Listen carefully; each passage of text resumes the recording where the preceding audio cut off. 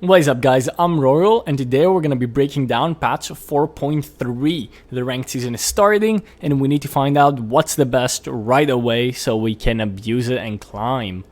So let's start off with the champion changes. A lot of changes this patch, and from what I'm seeing, a lot of support buffs. So for champion, we're going to start with champion changes, then move on to items, and then finally do runes. So let's look at Ornn. So they're doing a slight nerf on Ornn. Ornn has been S+ tier since his release pretty much.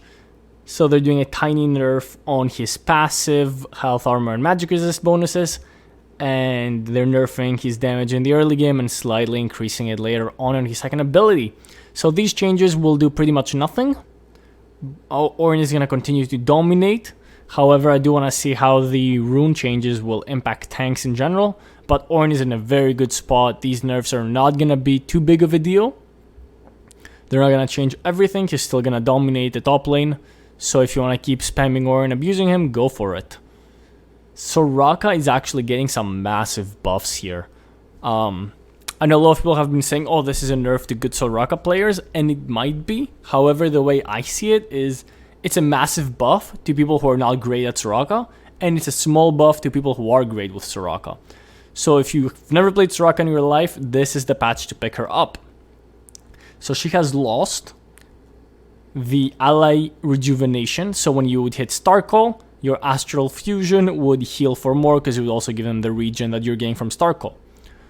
So instead of that, now you don't lose HP when you use your second ability, and the cooldown has been slightly increased. So Soraka has no weaknesses right now. She can just keep healing infinitely. She's going to be amazing to counter poke.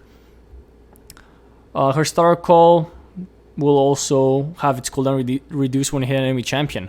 So you should be maxing your second ability, getting a mana item, and just permanently healing your team since there's no HP downside, right? So you want to stand further back. You don't care too much about hitting your first ability. You just want to be healing your team as much as possible. So this is a massive buff on Soraka, and I would not be surprised if she became one of the best supports this patch.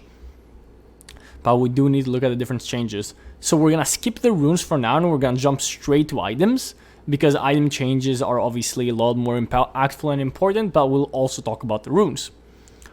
So Duskblade's getting a big buff. This is a good change for pretty much every champion except maybe Kha'Zix. So now you're going to be able to proc it with your first attack against an enemy champion. It's not a basic attack anymore, so you should be able to just use a Z combo, for example, and that will add quite a bit extra bonus damage, and you'll still get a slow, and every time you get a takedown, the cooldown will be refreshed. So this is going to be really good on champions that can snowball team fights and assassins. I'm not saying that Duskblade is going to be OP, because it's not. Youmuu's is still going to be the core assassin item.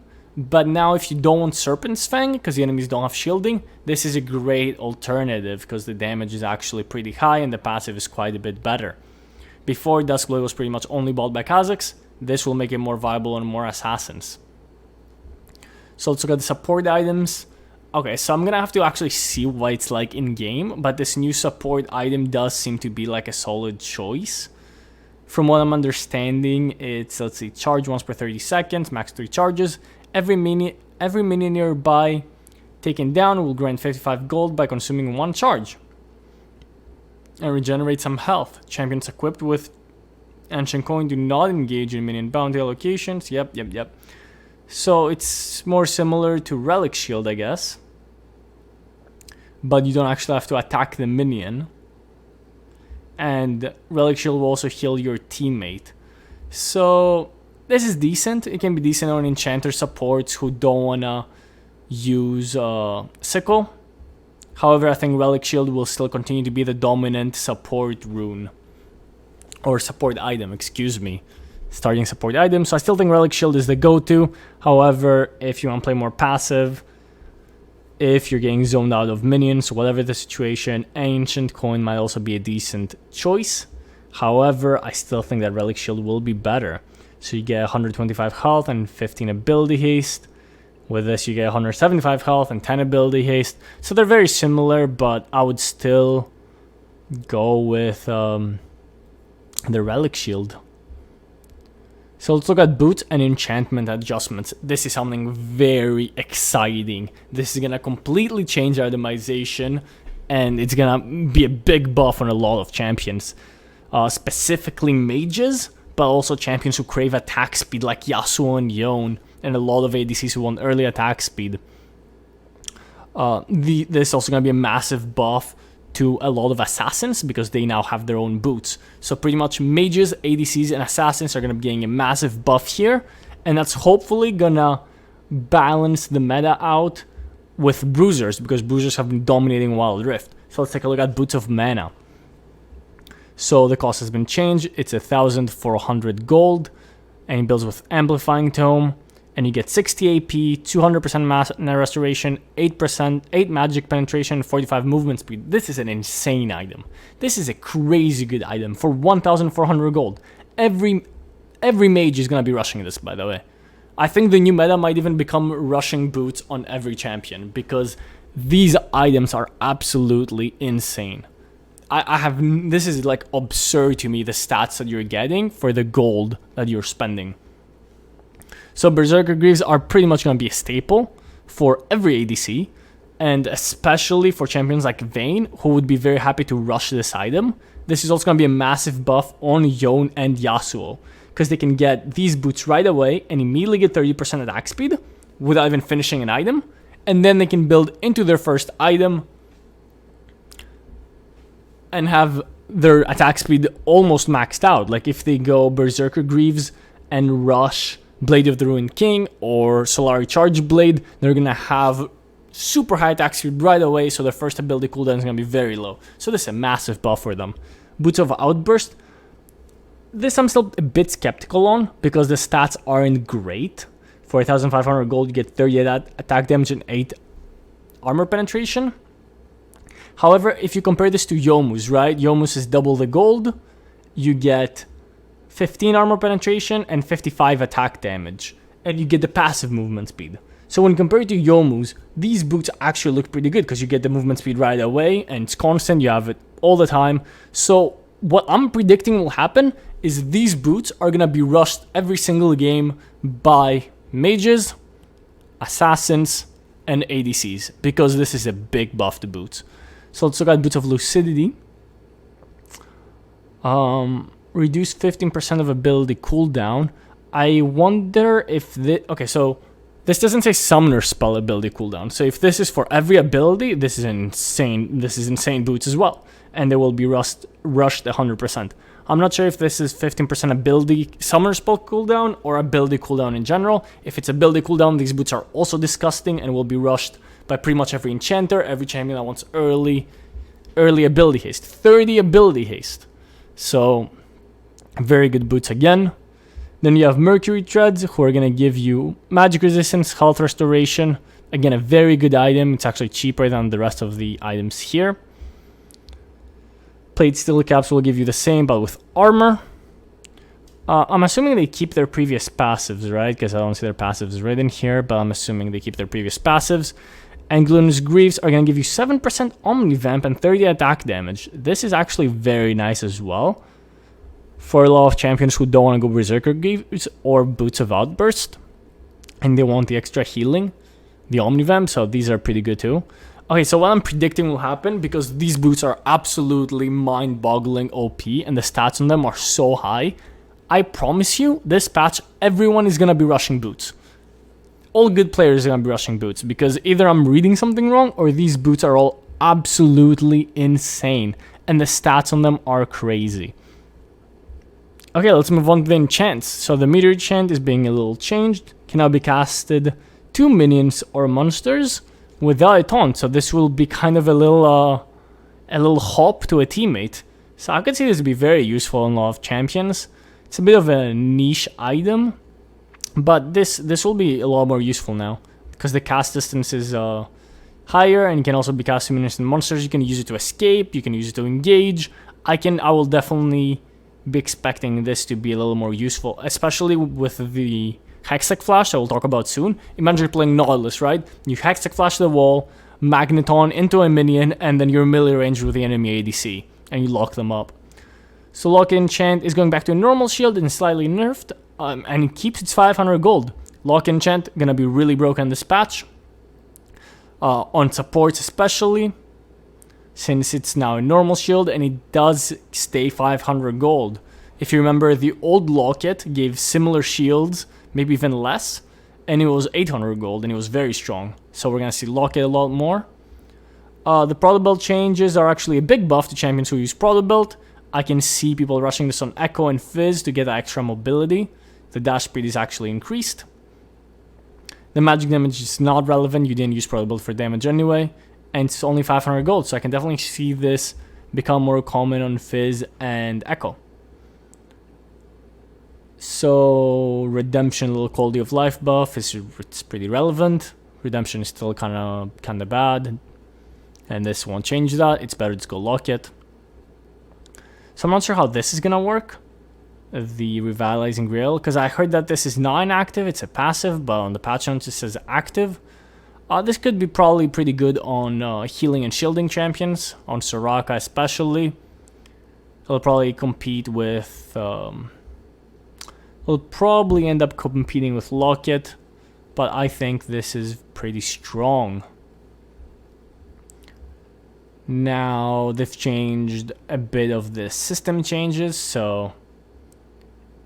You can only buy enchant 6 minutes later, 6 minutes or later, which makes sense considering how strong the enchants are, how strong the boots are. So I definitely recommend either first item boots or boots and then first item and then locking your enchants as soon as possible, because all of these enchants have been buffed.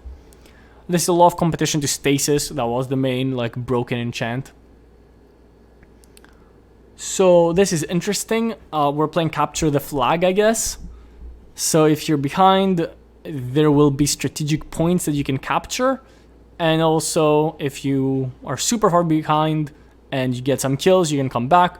So pretty much all this means is if you're ahead, you have to be a little more careful and not just play for fun, focus up, and don't make mistakes. I'm not sure how the new capture point is going to affect the map and the macro of the map. So that will be very interesting to see. Next is Shield 16 minutes. This is nice change because many times we get like a late game team fight win and we're not able to win the game, and that's very frustrating. So I'm glad that they're making this change. And now let's go look at the runes. Glacial Augment slows enemy attacks, slow enemy champion by 20%. Once every 10 seconds. This is actually massive. It says attack, so it's not CC like any attack, like Ziggs maybe, right? So this will actually be pretty good on a lot of supports. I can see a lot of supports take this rune. Soraka could take this, Janna could take this, Thresh could take this. This could be a very good rune for a lot of supports. So first strike, I haven't made up my mind about it yet. It looks unbelievably OP because you keep 100% of the gold granted, which is not bad. So I'm not sure how this will affect the economy. I'm gonna have to test it out more. 9%. So let's say you do a Z combo, which is gonna do like what, 400 damage? You get like 40 gold every 20 seconds. It does seem kind of low. So I don't know if this will be good enough to replace a lot of the more established runes like Electrocute and Conqueror on a lot of champions. I could see it be good on Ezreal, but I'm definitely gonna need to test it out a lot more. It's probably going to be one of those runes that you can just farm on easy lanes where you don't care too much about the lane, your opponent's going to sit under tower, and you can just farm some first strike gold. Like on champions like Ziggs that don't really have a great rune. So I could say this be a good keystone. Now let's go on the new keystones, or on the new runes that are being added, not as keystones, but as basic minor runes. So we have Last Stand. This is going to be a great rune on champions that do damage when they're low HP. So if your champion is going to build Immortal Shield Bow, this is going to be a great rune on them. You have Legend Alacrity, Tenacity, and Bloodline. Bloodline is actually really OP. 7% Omnivamp is it's a lot of Omnivamp considering that boots give you 8%. Immortal Shield Bow gives you 5%. I think Bloodthirster gives you 10%, and that's physical vamp, right? This Omni Vamp. I think Riftmaker gives you either 8 or 10%. So this is actually quite nice. The Tenacity is very nice for a lot of bruisers. And 20% attack speed isn't massive, but I can definitely see this be pretty useful in a lot of champions. So I really like the new Legend runes. They're going to take a bit to scale up, because you obviously don't get all the stats right away. But these are going to be very strong if you want to scale into the late game and your champion takes advantage of any of these. So Shield Bash, it seems a bit of a bait rune. The stats on it are pretty low. If you do have an enchanter support that shields or heals a lot, actually no, this is only for shields, right? Oh no, or heal, okay. So if you do have an enchanter support like Soraka, like Janna, like Lulu, then this could be good to pair with them. Oh, it's actually Legend Shield Bash. So do you, or is that a mistake? Yeah, but this is a decent rune if you're playing with Soraka, when you're playing with enchanter support. I can also see it be okay on Yasuo and Yone, because they have shields that proc very easily. So Mark of the Week, this is going to be decent for supports to add some extra damage to their team. It's not going to be as good as the weakness rune that we had, which is now removed. Empowered Attack, this can be really good on poke champions. This can be very good on poke champions. This is like as much damage as Scorch on the same cooldown. So Ezreal is going to love this, Varus is going to love this. It's going to be a very good rune, because it doesn't say basic attack, right? It says next attack. So I'm assuming that means ability too. If it doesn't mean ability too, then it's probably still good on Ezreal, but not on many champions. If it's ability as well, it's going to be great on poke champions. So Cheap Shot, some true damage to enemies whose movement speed is impaired, 7-second cooldown. So if you have a lot of CC in your kit, this might be a good extra burst.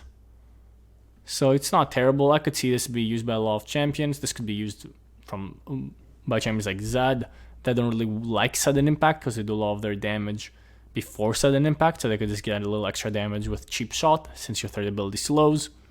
I can definitely see it have its place. Not a terrible rune.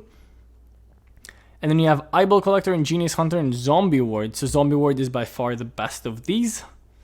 Right away, it gives you the same stats as Eyeball Collector, and you also get more vision.